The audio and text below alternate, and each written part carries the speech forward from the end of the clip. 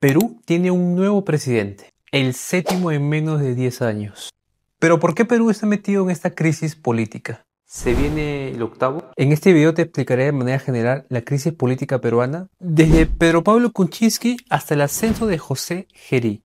En el año 2016, Pedro Pablo Kuczynski ganaría las elecciones frente a Keiko Fujimori, por una pequeña diferencia de 41.000 votos. Pero el partido de Keiko Fujimori fue notablemente superior en el Congreso, con un total de 73 escaños ganados de 130 congresistas. Keiko había perdido la presidencia, pero el Congreso era prácticamente suyo. Y las hostilidades del Legislativo, el Congreso, al Ejecutivo, el presidente y sus ministros empezarían pronto. Censuraron al ministro de Educación, Jaime Saavedra, con 78 votos, 72 eran de Fuerza Popular. Le negaron la cuestión de confianza al presidente del Consejo de Ministros, Fernando Zavaleta. A la par saldrían informes de empresas vinculadas a PPK que habían recibido coimas por parte de la empresa brasileña Odebrecht. Estas coimas eran camufladas bajo supuestas asesorías, y las empresas vinculadas serían Westfield Capital y First Capital. Todo esto se habría dado cuando él fue funcionario en el gobierno de Alejandro Toledo. Y esto le serviría al Congreso para presentar la primera moción de vacancia. Solo se requerían 87 votos. Pero sucedió algo imprevisto. Una facción de Fuerza Popular se negó a apoyar esta vacancia. Y esta estaba liderada por Kenji Fujimori. Curiosamente, en diciembre de ese año, Pedro Pablo Kuczynski indultó a Alberto Fujimori. Meses después saldría a la luz los Mamani videos, donde Kenji Fujimori se había reunido con representantes del Ejecutivo, donde se empezaron a negociar algunas obras, pero sobre todo el indulto a su padre. A cambio, Kenji blindaría al presidente Kuczynski. El escándalo se desató y esto llevó a una segunda moción de vacancia. Con todo el legislativo en contra y con el sector ciudadano que estaba indignado por el indulto a Fujimori, Pedro Pablo Kuczynski se había quedado sin respaldo y el 21 de marzo de 2018 presentó su renuncia. Y este sería el punto de partida de la crisis política del Perú. La salida de Kuczynski del poder dio paso a su primer viceministro, Martín Vizcarra, quien heredó un conflicto ya abierto entre el Ejecutivo y el Legislativo. Desde el inicio, Vizcarra buscó limpiar la imagen de corrupción que había dejado el gobierno de PPK. Mantuvo a una parte del gabinete anterior, pero reafirmó su compromiso con la transparencia y colocó la agenda anticorrupción en el centro. En el 2018, el tercer poder del Estado, el Poder Judicial, se vería involucrado en el caso Cuellos Blancos. El Consejo Nacional de Magistratura y Altas Cortes era una institución autónoma, encargada de nombrar, ratificar y destituir a jueces y fiscales del sistema judicial peruano. IDL Reporteros filtraron audios donde varios consejeros de esta institución empezaban a negociar favores, nombramientos y resoluciones judiciales con jueces fiscales y terceros, a cambio de dinero e influencia. A la cabeza figuraba César Inostroza, y también aparecieron nombres de congresistas de Fuerza Popular. Keiko Fujimori negó todo involucramiento. Para marcar distancia, Vizcarra suspendió a todos los involucrados e impulsó un referéndum constitucional con reformas políticas y de justicia. El Congreso autorizó este referéndum frente a una posible amenaza de disolución, y luego el electorado peruano ratificaría este referéndum. La imagen de Fuerza Popular quedó seriamente dañada y se hizo evidente que Vizcarra, a diferencia de PPK, no estaba dispuesto a negociar con el legislativo.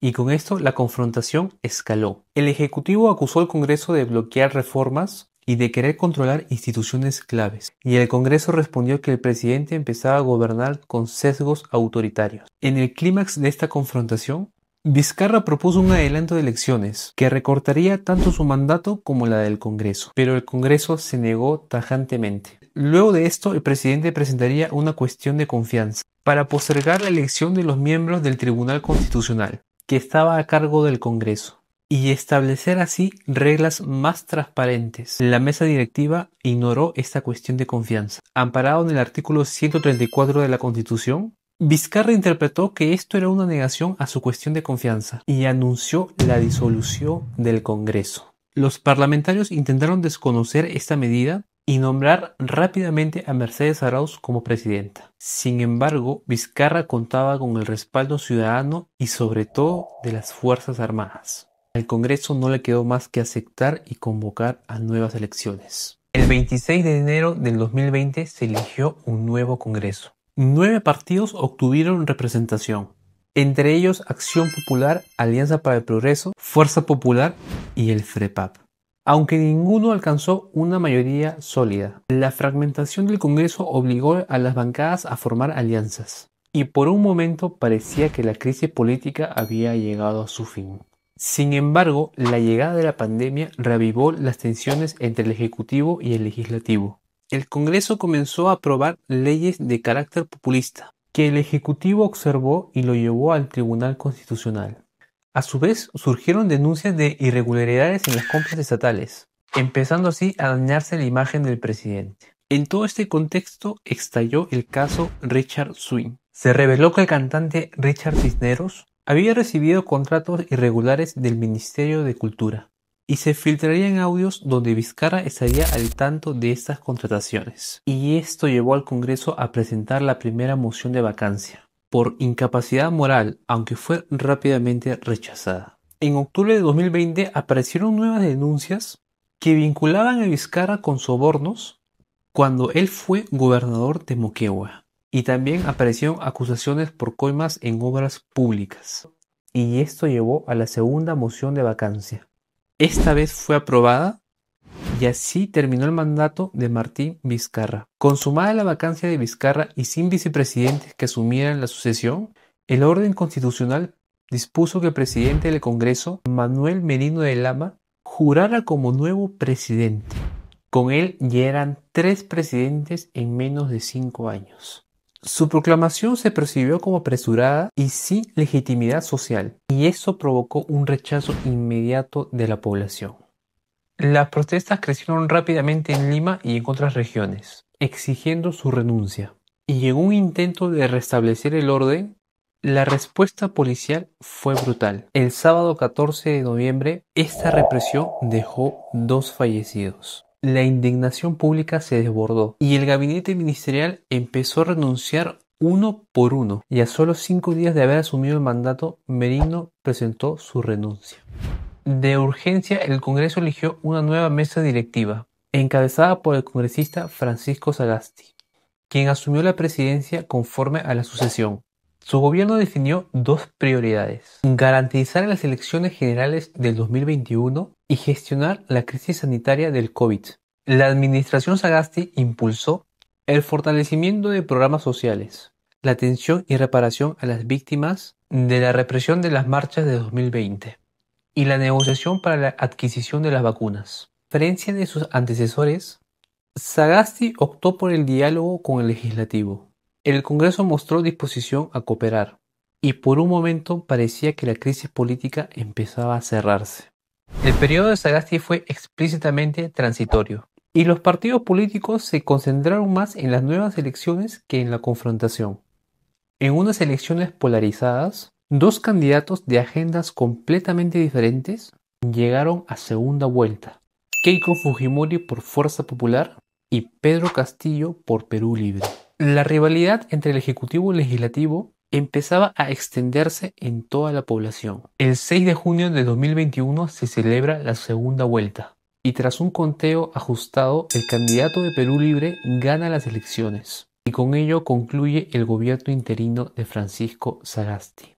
El 28 de julio de 2021, Pedro Castillo asume la presidencia del Perú. Su partido Perú Libre obtuvo 37 escaños en el Congreso, pero se enfrentaba a bancadas de derecha, conservadores y liberales. La rivalidad entre el Ejecutivo y el Legislativo, heredado de años anteriores, se mantuvo. Castillo formó su primer gabinete con Guido Bellido como presidente del Consejo de Ministros. Desde el comienzo, Bellido generó fuertes cuestionamientos por su postura y declaraciones consideradas extremistas, lo que colocó al gobierno bajo intensa presión mediática y política. A los pocos meses, Castillo lo reemplazó por Mirta Vázquez, ex congresista de centro izquierda.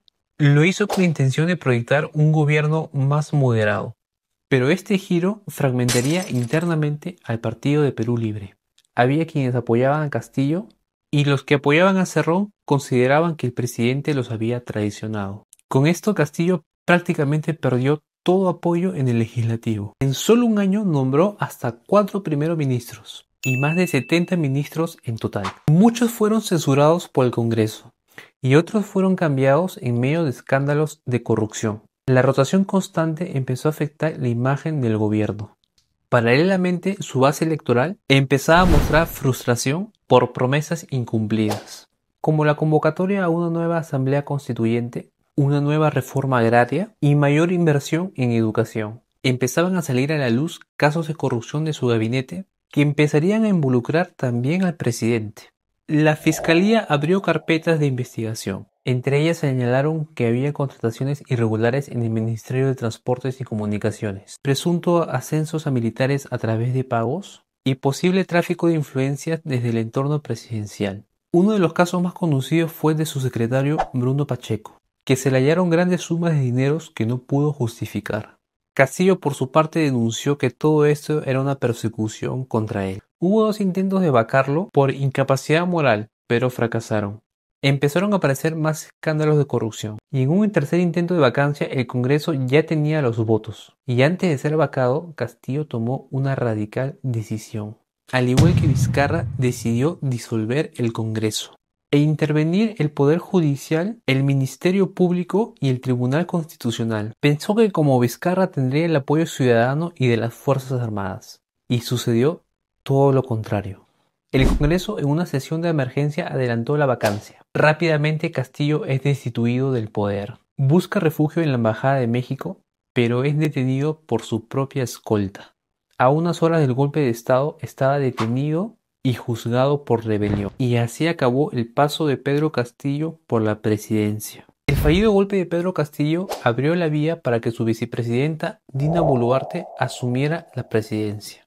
El 7 de diciembre de 2022 se proclama presidenta frente al Congreso. De origen izquierdista, se distanció rápidamente de Perú Libre y buscó apoyo en las bancadas de centro y derecha para sobrevivir políticamente. Sin embargo, la encarcelación de Castillo y la rápida asunción de Boluarte desataron protestas, especialmente en el sur del país. Las protestas escalaron con bloqueos de vías y aeropuertos en Cusco, Puno, Ayacucho y otras regiones. El gobierno desplegó las Fuerzas Armadas y la respuesta estatal fue brutal. En 3 meses de protesta, 50 personas habían perdido la vida. Blindada por los partidos de derecha, la presidenta mostró mano dura, lo que profundizó la indignación social. Durante su gestión, la oposición mostró 7 mociones de vacancia. Todas ellas fueron bloqueadas por sus aliados. Fuerza Popular, Alianza para el Progreso, Renovación Popular y Avanza País.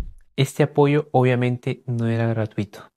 El Congreso pasó a tener vía libre para aprobar todo tipo de leyes. La vieja rivalidad entre el Ejecutivo y el Legislativo parecía desaparecer. Ambos poderes mostraban niveles mínimos de aprobación en toda la historia y comenzaron a gobernar entre sí y para sí, desconectándose así de las prioridades para la ciudadanía. La consecuencia fue el deterioro rápido de la seguridad ciudadana. La extorsión se expandió con rapidez y encontró un terreno fértil para sembrar el terror. Comerciantes, pequeños empresarios, músicos y hasta transportistas serían las víctimas de estos grupos criminales. Y el número de víctimas crece día tras día. Las medidas del gobierno fueron ineficientes y la criminalidad seguía en alza. Con la inseguridad en auge, las protestas empezaron a multiplicarse. Los paros de transportistas se hicieron más frecuentes y la generación Z empezó a salir a las calles. Esto hizo que el gobierno empiece a pender de un hilo y este terminaría rompiéndose el miércoles 8 de octubre. El grupo Aguamarina, que estaba dando un concierto, fue víctima de un atentado donde 4 de sus miembros fueron heridos de bala. Con unas elecciones próximas, los partidos que blindaron a Boluarte empezaron a medir los costos y terminarían soltándole la mano. El jueves 9 de octubre, varias bancadas, incluyendo las que la blindaron por 7 veces, mostraron hasta 4 mociones de censura, y a Boluarte no le quedó más que aceptar esta vacancia. Y así concluyó el periodo de Dina Boluarte. Y esto nos lleva a la actualidad, donde el presidente del Congreso, José Gerí, asume la presidencia del Perú hasta las próximas elecciones de 2026. ¿Terminará Gerí su mandato o será vacado?